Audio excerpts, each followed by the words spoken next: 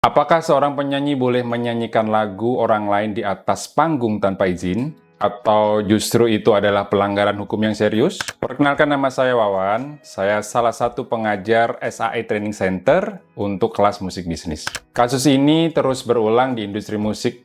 Baru-baru ini kita mendengar ada perselisihan antara Agnes Mo dan Ari Bias terkait lagu Bilang Saja. Tapi ini bukan yang pertama kali terjadi. Sebelumnya ada kasus Ahmad Dhani melawan Once Mekel, ada geng Halilintar dengan Naga Suara, bahkan sampai kasus internasional seperti The Verve vs Rolling Stones. Di video ini kita akan bahas yang pertama kasus-kasus serupa dalam industri musik, kemudian kita akan membahas hak-hak apa saja yang melekat pada sebuah lagu, kemudian yang ketiga kita analisis nih, dua perspektif yang berbeda di antara orang bagaimana melihat hak tersebut yang muncul di dalam sebuah lagu. Yang keempat, apa yang kita bisa pelajari dari kasus yang seperti ini.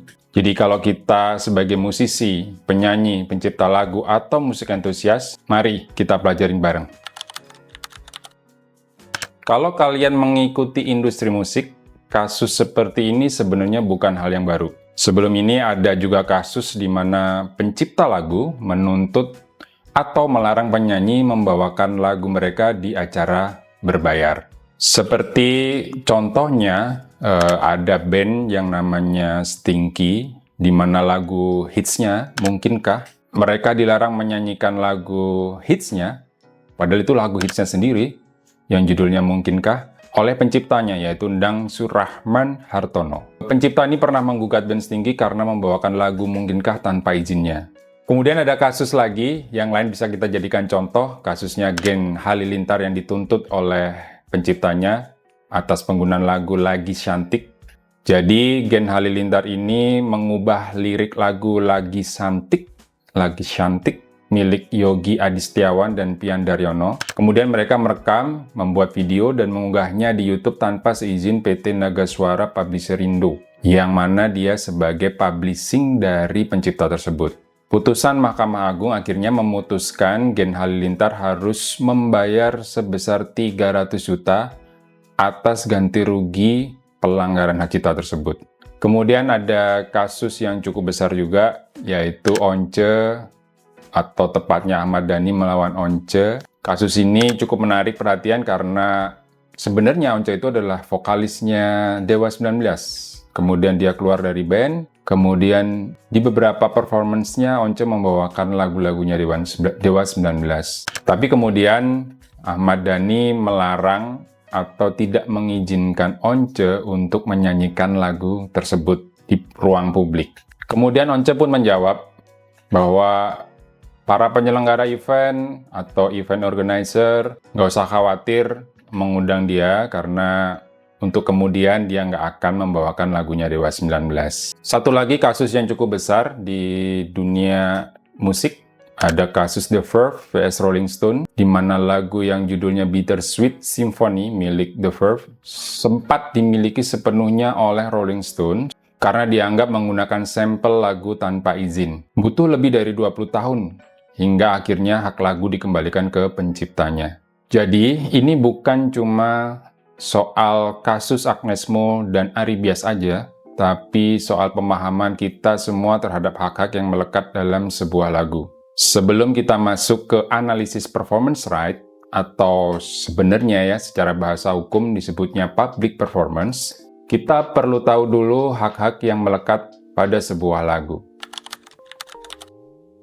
Yang pertama ada hak ekonomi, di mana hak ini muncul ketika lagu tersebut mendapatkan manfaat finansial. Kemudian ada hak moral, hak bagi pencipta lagu untuk tetap diakui sebagai pemilik karya, artinya lagu tersebut melekat kepada si pencipta. Kemudian hak distribusi, hak untuk mengatur bagaimana lagu tersebut bisa didistribusikan. Ada hak adaptasi atau biasanya disebut sinkronisasi, hak pencipta untuk mengizinkan atau melarang perubahan terhadap lagu mereka. Yang terakhir, ini yang lagi seru, hak pertunjukan atau lebih dikenal dengan performance right, atau kadang orang juga menyebutnya public performance, Hak yang mengontrol lagu tersebut digunakan dalam sebuah pertunjukan publik.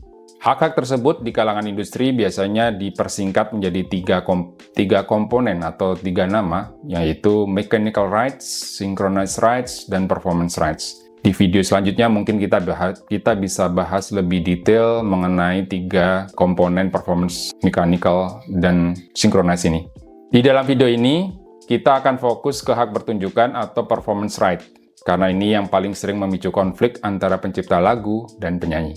Kalau kita lihat lebih dalam, ada 2 perspektif utama dalam performance right, yaitu yang perspektif yang pertama ya, lagu sebagai karya yang sifatnya inklusif. Maksudnya apa? Beberapa pencipta lagu percaya bahwa semakin banyak orang yang menyanyikan lagu mereka, semakin tinggi nilai dari lagu itu tersebut.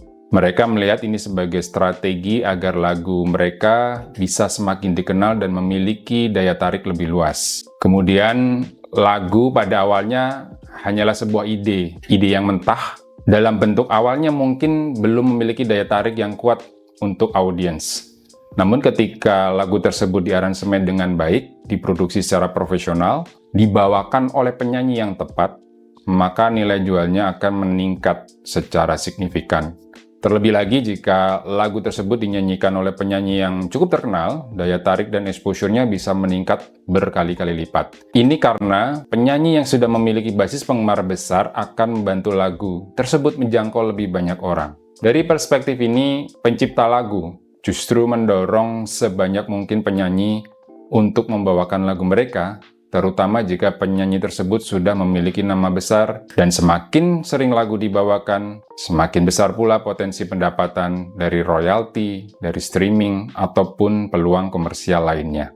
Kemudian perspektif yang kedua, lagu sebagai karya yang eksklusif. Di sisi lain ada pencipta lagu yang merasa bahwa lagu bukan sekedar karya musik, tapi juga perpanjangan dari identitas mereka. Karena itu mereka menganggap bahwa setiap orang yang ingin membawakan lagu tersebut harus mendapatkan izin khusus. Mungkin untuk mempermudah kita memahami maksud dari kalimat tersebut adalah kira-kira seperti ini. Anggap saja lagu itu sebuah properti atau aset pribadi. Sama seperti pemilik rumah yang memiliki hak penuh atas properti mereka, pencipta lagu juga memiliki hak penuh atas karyanya. Lagu yang mereka ciptakan harus dikelola dan dijaga dengan baik, agar dapat memberikan manfaat ekonomi. Dari perspektif ini, pencipta lagu ingin memastikan bahwa mereka bisa menikmati hasil dari kerja keras mereka. Menciptakan lagu populer tentu bukan perkara yang mudah, butuh kreativitas, pengalaman, dan seringkali perjalanan panjang, sehingga supaya lagu itu bisa menjadi sebuah lagu yang cukup populer dan sukses. Oleh karena itu, wajar jika pencipta lagu ingin mengontrol siapa yang boleh membawakan lagu tersebut, dan dalam kondisi seperti apa lagu tersebut akan dibawakan atau dinyanyikan. Dalam banyak kasus, pencipta lagu yang memegang perspektif eksklusif ini biasanya akan menetapkan izin khusus atau perjanjian lisensi, baik dalam bentuk pembayaran royalti maupun kesepakatan non-financial lainnya. Kedua perspektif ini memiliki argumen yang valid dan didasarkan pada kepentingan pencipta lagu dalam menjaga nilai karyanya. Namun seringkali konflik muncul karena kurangnya komunikasi dan pemahaman antara pencipta lagu, penyanyi, serta pihak lain yang terlibat di dalam ekosistem industri musik. Ditambah lagi karena hukum soal ini masih minim, sosialisasi dan sering diinterpretasikan berbeda. Jadi apa yang bisa kita pelajari dari semua ini? Ada beberapa poin yang penting dan harus kita pahami baik dari kacamata hukum maupun dari perspektif industri secara keseluruhan. Yang pertama, pahami aturan hukum yang berlaku. Sebagai pencipta ataupun penyanyi, kita wajib memahami aturan hukum yang mengatur hak cipta musik di Indonesia. Salah satunya adalah Undang-Undang Nomor 28 Tahun 2014 tentang Hak Cipta dan PP Nomor 56 Tahun 2021 tentang royalti hak cipta musik. Di dalam regulasi ini, sudah diatur bahwa setiap pertunjukan yang bersifat komersial wajib membayar royalti kepada pencipta lagu melalui Lembaga Manajemen Kolektif Nasional atau yang biasa disebut dengan LMKN.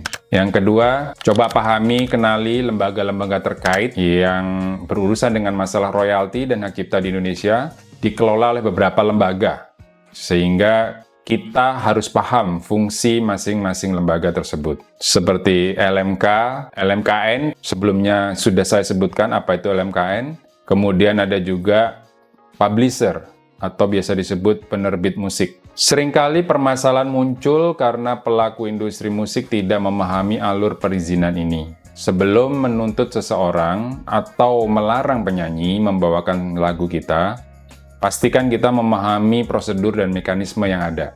Yang ketiga, industri musik adalah ekosistem. Lagu yang populer bukan hanya karena penciptanya, tapi juga karena ada banyak pihak yang bekerja di balik layar. Penyanyi atau band membawakan lagu dan menjadi wajah utama dari sebuah karya. Kemudian ada musik produser atau biasa disebut juga dengan arranger, mengolah aransemen dan produksi musik agar lebih menarik. Kemudian ada A&R, Artist and Repertoire, bertanggung jawab menemukan dan mengembangkan bakat serta menentukan strategi pemasaran lagu. Ada juga tim marketing yang memastikan lagu tersebar ke berbagai platform, menjangkau audiens yang lebih luas. Yang tidak kalah penting adalah adanya media konvensional dan sosial media influencer yang membantu mempromosikan lagu ke publik melalui berbagai kanal komunikasi. Tanpa peran mereka, sebuah lagu mungkin tidak akan dikenal luas. Oleh karena itu, menghargai ekosistem musik sangat penting agar industri tetap berjalan dengan baik. Bijak dalam mengambil tindakan hukum. Menuntut hak itu sah-sah saja, tapi jangan sampai langkah hukum yang kita ambil justru membunuh karir kita sendiri. Misalnya, ketika pencipta lagu melarang penyanyi besar atau penyanyi yang sudah terkenal menyanyikan lagunya, justru bisa berdampak buruk bagi exposure lagu tersebut. Jika lagu menjadi kurang dikenal, potensi pendapatan dari royalti pun akan berkurang. Selain itu, langkah hukum yang tidak bijaksana bisa menciptakan kesan negatif terhadap pencipta lagu di mata publik. Bisa saja orang menjadi enggan bekerja sama karena dianggap terlalu kaku dalam masalah hak cipta. Sebelum menempuh jalur hukum, ada baiknya mencari solusi yang lebih baik, seperti berkomunikasi langsung antara pencipta dengan penyanyinya, melakukan mediasi dengan LMK atau LMKN, kemudian menetapkan perjanjian yang jelas di awal agar tidak ada konflik di kemudian hari. Intinya, menghargai hak cipta bukan cuma soal hukum, tapi juga soal menghargai kreativitas dan kerja keras semua pihak dalam industri musik. Musik bukan sekedar nada dan lirik, tapi juga tentang ekosistem dan kolaborasi yang sehat.